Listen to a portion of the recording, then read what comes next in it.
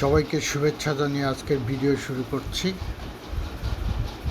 যারা কয়েকদিনের মধ্যেই পরীক্ষা হলে বসতে যাচ্ছ, তোমাদের দৃষ্টি আকর্ষণ করছি।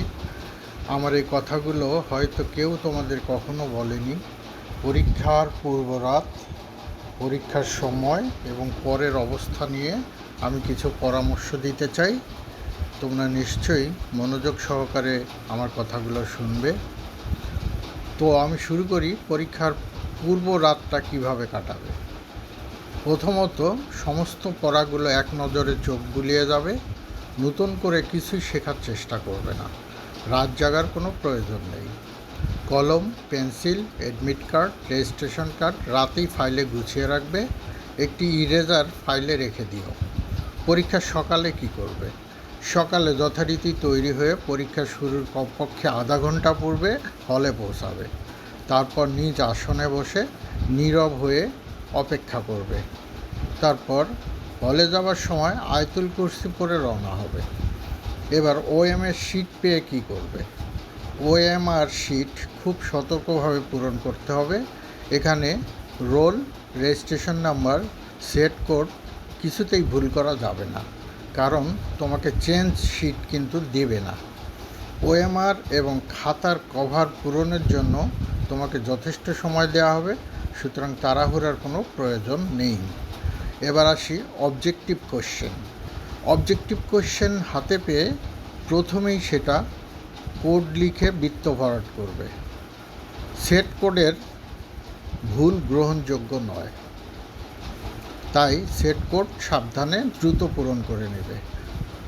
তারপর প্রশ্নটা ভালোভাবে একবার পড়ে নিয়ে জ্ঞানমূলক, অনুধাবন ও প্রয়োগমূলক প্রশ্নের উত্তরগুলো দ্রুত সময়ে বৃত্ত ভরাট করবে। তারপর উচ্চতর দক্ষতার প্রশ্নে বাকি সময় ভেবেচিন্তে বৃত্ত ভরাট করবে। মনে রেখো, প্রশ্নের কোনো কিছু লেখার নিয়ম নেই। প্রয়োজন হলে পেন্সিল দিয়ে চিহ্ন দিয়ে রাখবে, পরে মুছে ফেলবে। এবার রচনামূলক লেখার সময় সেই খাতাগুলো কিভাবে ব্যবহার করবে সেটা বলছি। খাতার কোনো কিছু লেখার আগে ভালো করে চেক করে দিবে। খাতা হাতে পেয়েই খাতাটা ভালো করে চেক করে নিতে হবে। খাতায় চেক করার অর্থ হলো খাতার সেলাই খোলা আছে কি না, পেজ ছেঁড়া ফুটা আছে কি না, ডাবল কভার লাগানো আছে কি না, এসব বিষয় খেয়াল করে তারপর খাতা নিতে হবে। যদি এরকম হয় তাহলে খাতা পাল্টে নিতে হবে, কারণ এ কারণে পরীক্ষা বাতিল হয়ে যেতে পারে। তারপর যেটা বলছি সেটা হলো রচনামূলক প্রশ্ন একাধিকবার মনোযোগ সহকারে পড়বে এবং পেন্সিল দিয়ে চিহ্নিত করে যেগুলো লিখতে চাও সেগুলো ঠিক করে রাখবে। এরপর প্রশ্নের উত্তর লেখার সময় ধারাবাহিকভাবে লেখাটাই উত্তম।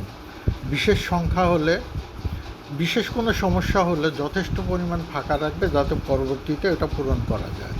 সৃজনশীল প্রশ্নে ABC অথবা XYZ দিয়ে যে প্রতীক চিহ্নগুলি ব্যবহৃত হয় সেগুলো ভালোভাবে বুঝে তারপর লেখার চেষ্টা করবে। এবং সর্বোপরি যে কথাটি বলতে চাই যেটা হলো যে কোনো সমস্যা পড়লে তাৎক্ষণিক স্যারদের শরণাপন্ন হবে, স্যারদের সাথে যোগাযোগ করবে।